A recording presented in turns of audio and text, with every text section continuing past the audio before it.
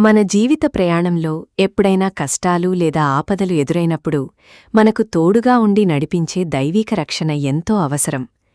పరిశుద్ధ గ్రంథం ఈ విధంగా వాగ్దానం చేస్తోంది.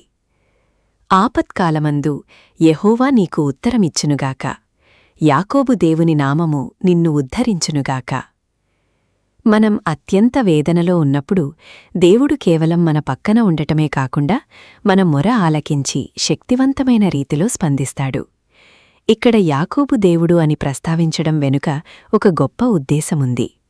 అలసిపోయిన వారిని ఆదుకుని తన నిబంధనను నెరవేర్చే దేవుడాయనని ఇది మనకు గుర్తుచేస్తుంది.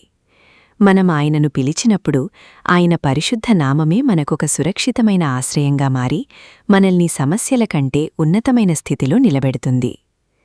ఇప్పుడు మనమందరం కలిసి ఈ చిన్న ప్రార్థన చేసుకుందాం. ప్రార్థన. ప్రేమగల మా తండ్రి, ఆపత్కాలమందు మాకు జవాబిచ్చే దేవునిగా ఉన్నందుకు మీకు వందనాలు. నేనిబ్బందుల్లో ఉన్నప్పుడు మీ నామమే నాకు బలమైన దుర్గముగా ఉండనివ్వండి. ఈరోజు మీ మహాశక్తితో నన్ను బలపరిచి నన్ను ఉన్నత స్థితికి చేర్చమని వేడుకుంటున్నాను. ఆమేన్.